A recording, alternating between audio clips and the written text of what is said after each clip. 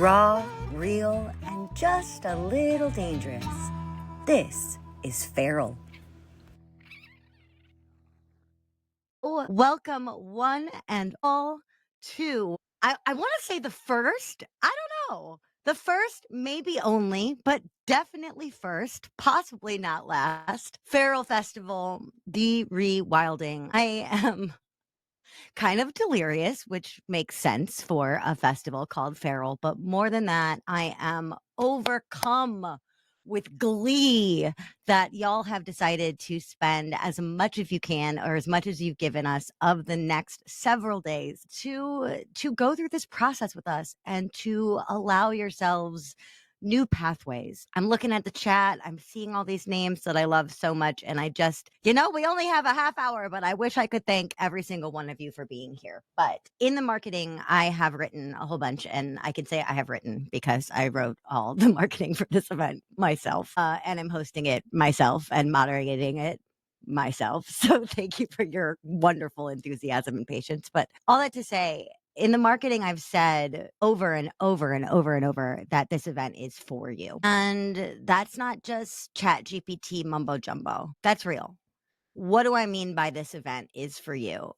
I mean that I don't see enough truth in the entrepreneurial world that isn't being said by these 23 brilliant humans. And I think you need to hear from them. Whether things are good, bad, ugly, on the rise, or whatever, I think you need to hear from them. I think their brilliance will put you on a new path, and that possibility alone is enough reason for me to set aside 3 months of my life or whatever and grow a new ulcer and have this event.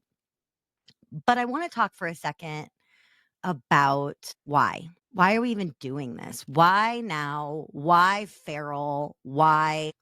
And honestly, although this event is very wildly raccoon themed, which, yeah, welcome. What comes to mind when I think about feral and why I've chosen to have this particular event at this particular time when I could have asked these brilliant brains to do pretty much anything? It reminded me of when I was first interested in going to Burning Man, which is a festival in Nevada in the US desert.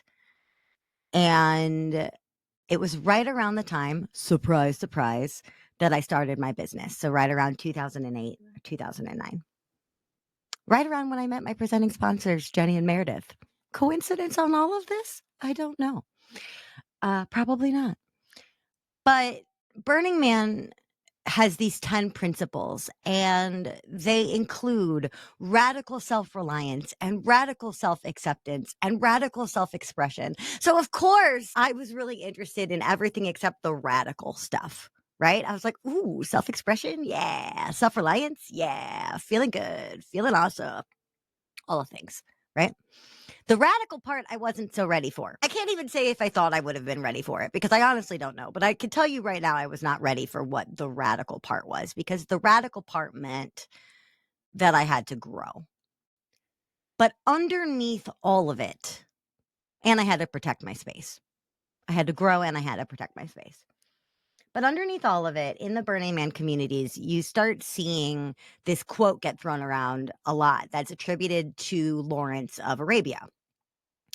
And it is that an unintelligible, passionate yearning drove them into the desert.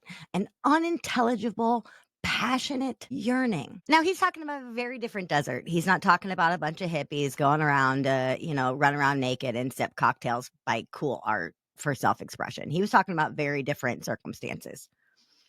But dang it, if I could not relate, and still can't, in ways that I could not fathom as a 20-something, an unintelligible, passionate yearning. And that is what I am seeing in entrepreneurship today. I think it's a different yearning than the one that brought us into all of this. I think it's a different yearning than the one that made us lemur off the cliff into entrepreneurship. I think this one has a lot more wisdom in it, a little bit more desperation in it, maybe a little anger in it, lots of magic, and you've paid your dues already. You're not new. You've claimed space. Maybe you need to claim more, but you've claimed it. And yet, for whatever reason, here you are. Welcome. If you're here, you're longing, you're yearning, might not feel too good. That's okay. We hold space for that. I will do my utmost to make sure that this is a responsible and safe place for that. But right now feels like, I said in my LinkedIn newsletter yesterday, it feels a whole lot, running a business in 2025 feels a whole lot like playing Jenga in an earthquake. And I don't like Jenga on a good day. Like, the world could be completely still, which I know it never actually is, but like, we could have a blue sky, sunshiny day. I can be on my peak performance, the right amount of caffeinated with perfect balanced macros, and I would hate Jenga. It just stresses me the frick out so much. But everything feels topsy-turvy. Stuff that was working isn't working. Stuff that never resonated before is hitting. What the heck is going on with Google, people? We don't know. And yet, we are the feral. We are the wild ones. We are the ones who have invested so much time making the woods of entrepreneurship home that we refuse to give up our territory. In fact, we're going to double down and we're going to get scrappy. Right? Right? Seth, I love you. Seth in the chat says, yeah, Jenga sucks. Jenga does suck. And playing it in an earthquake is not my style. You know, I just closed a production of Gypsy, and in this giant rant that's at the end of the musical, the main character very sarcastically says, "What did I do it for? Oh, I did it because I like doing things the hard way." Okay, guess what? If you're here for this event today, you like doing things the hard way. No sarcasm. Full stop. You do. And that's awesome. We're going to have all kinds of support for you in that power, right? I'm just looking backstage right now. I got Eden Jackson coming up in a second to lead the show, to talk about the power and necessity of becoming inconvenient. Okay. I got Iris Goldfeather out here to make sure that you have no barriers to your online presence, because if you hate your website, you have permission to change it. You also have total permission to change what a website even flippin' is. Okay. And JU's in the background here. JU, Jennifer Rezio, I call her JU, is here to talk about how warrior energy shows up when it's misfiring in entrepreneurs, and how amazing it can be if directed and channeled appropriately. So these are just some of the things that we are going to talk about today. And so I want to give you, it's none of my business. Jenny always says that she asks questions that are none of her business. But here's the thing. It is none of my business to give you permission slips for shit. Period. Who am I to give you anything? That is not imposter syndrome. That is true. A whole lot of you are brand new to me. You're like, who is this yelling Muppet? It is early in the morning. You know what? You're right. I am not really qualified by any court on this or any other plane to give you permission slips. And yet, as your advocate, I'm going to give you a whole bunch of them because you're here, because you took the leap, because you filled out the form, because you have that unintelligible, passionate yearning for more, or for easier, or for faster, that we all do. And I can't promise you more, easier, faster, but I can promise you support along the way until we all figure it out together. I can promise you a family, I can promise you a home, and I can promise you some bad ass advisors. Now, Iris has just pointed out that for those of the woo-woos among yous, it is 11:11 on the East Coast, so if that floats your boat, make a wish. If not, take a sip of water. We're all houseplants. Everybody ignore that I'm drinking an energy drink. They did not sponsor this show. Or do both, says JU. Absolutely. So here's the thing. I want you to have permission. And if you need it to be given to you by someone, sure, it's me. And if you need to give it to yourself, sure. Insert your voice here like some weird Ghostbusters thing. Okay. As I said at the very beginning of this rant, this event is for you. You. And therefore, I implore you to take up space. And not just if you're joining us for implementation day, which is going to be freaking glorious, full disclosure, but take up space. There's a reason we're doing this live. Even the pre-recorded stuff is live. We'll be in the chat hanging out with you. Take up space. Raise your voice. And know that if taking up space and raising your voice freak you out, or make you highly uncomfortable, or aren't your jam yet, that's okay, baby. You're in the perfect spot. But I have a feeling that if you're here, it might be a lot more that you've been muzzled a lot lately, maybe by society, maybe by industry, maybe by yourself, maybe by freaking tariffs. Okay? I'm not even kidding. Tariffs are closing more businesses than I can count. That's not political, that's just economic, right? But there's that Jenga again. And there's that hurricane now. I've upgraded it. It's not an earthquake anymore. It might be a tsunami at this point. But I want to ask you all some questions just to give you the room to begin the process of thinking these things so that they can be breadcrumbs, little mini beacons throughout this event that remind you while you're here, that remind you why you're here while you're here, that keep you open and expansive and excited to the feedback that you're hearing that might scare you, to the ideas that might challenge you, maybe even bristle a little bit, to your self-perception being expanded. And so my first question for you is, how can you forgive yourself? How can you forgive yourself? Entrepreneurship for me has been both the highest highs of my self-identity and has brought about the lowest lows. And even just putting together this event, my work fam, my speakers, my presenters, my everybody's will tell you I've been a bit of a nut, right? If it's showing, you're growing. And I've been real nasty to myself throughout this process at times. And I realized that some of it was, yeah, okay, I'm hosting a festival for the first time by myself, and it's a lot, and I'm sure I'm dropping a lot of plates and blobbity blurbity blarbity blar. It was deeper than that. It was older than that. What was coming up for me when I was marketing Feral, as I was prepping for Feral, were all of the times I think that I misstepped, and that is the wrong energy to bring into this thing. How can you forgive yourself for any choices that you've made? Any. The money that you spent on that info crack you never took. The bagajillions of dollars that you invested in the mentor who swindled you. The times when you set out to finish something and you didn't. The times when you took a client that you knew you shouldn't have. I don't care what it is.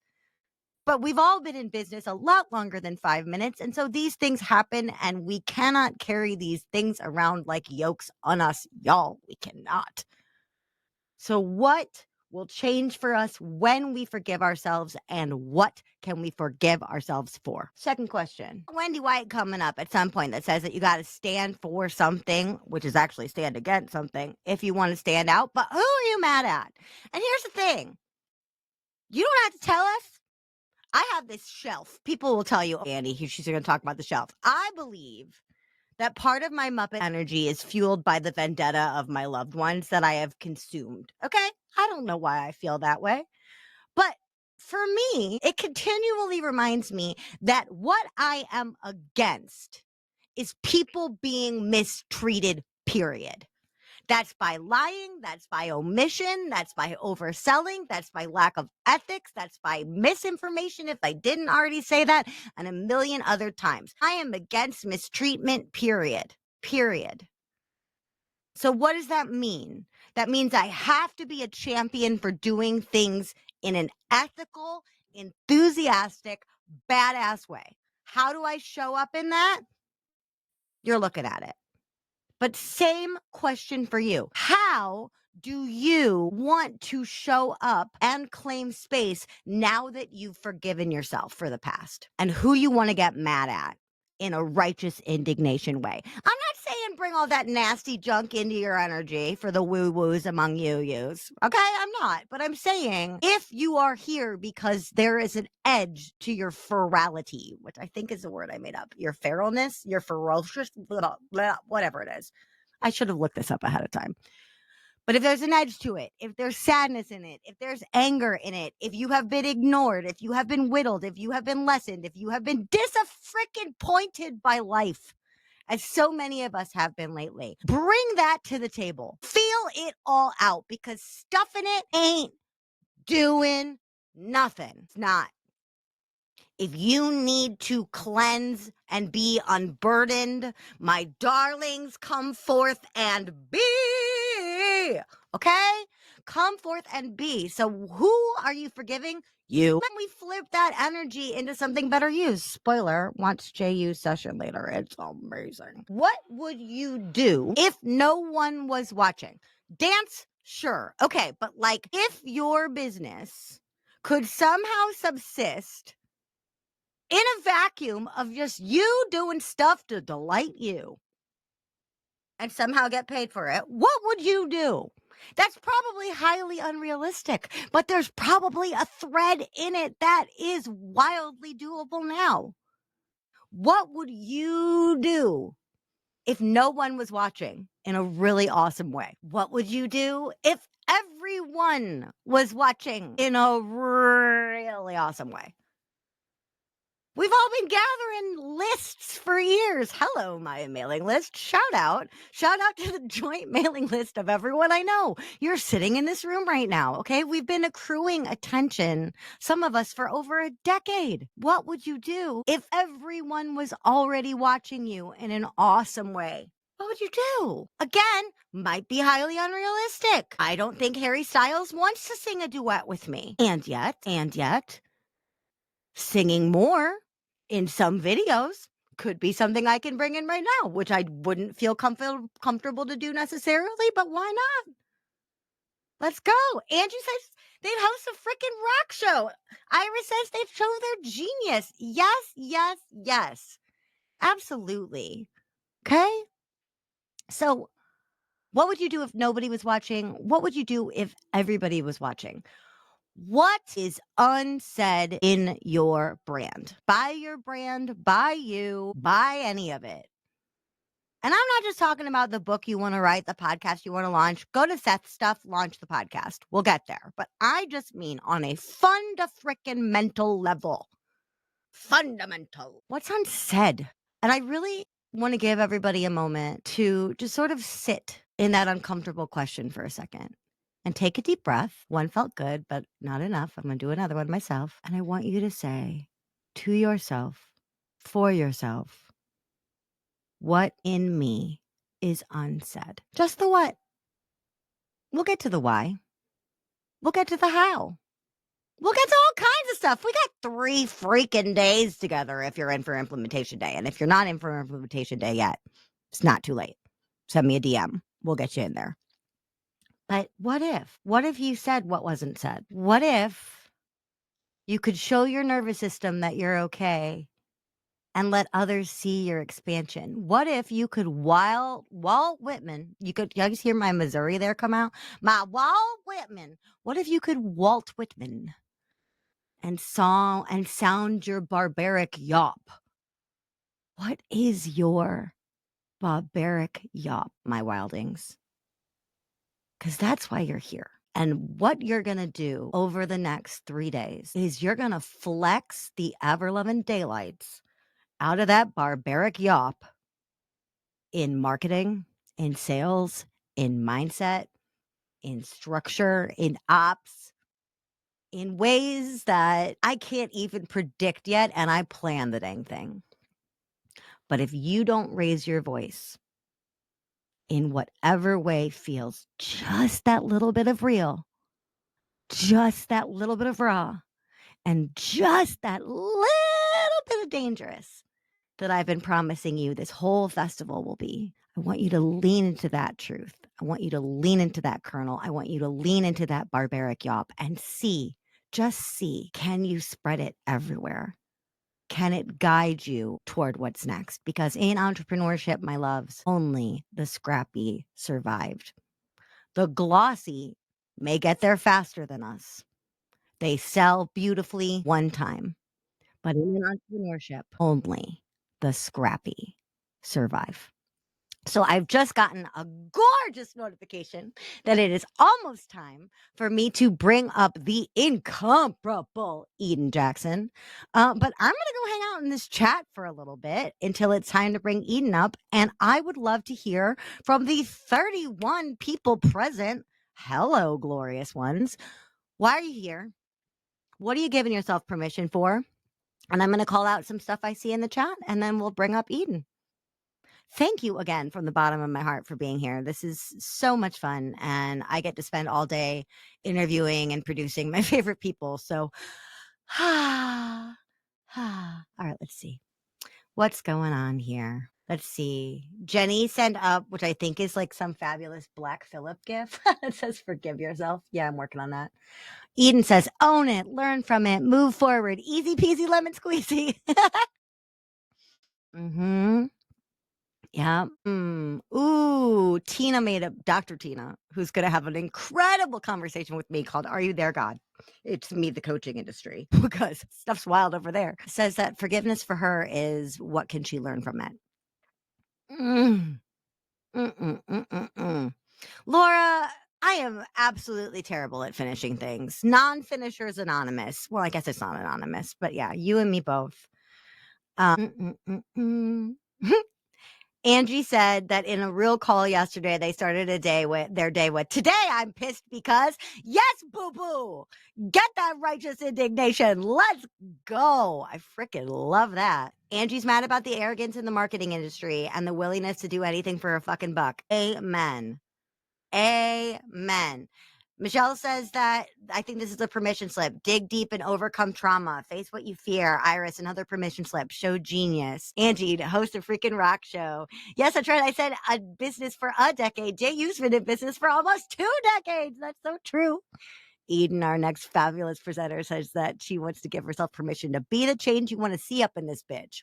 Correct. Also, could I have said that any whiter? Probably not. Yeah, Jay, you really should cut the should. Set aside time to write that mystery book.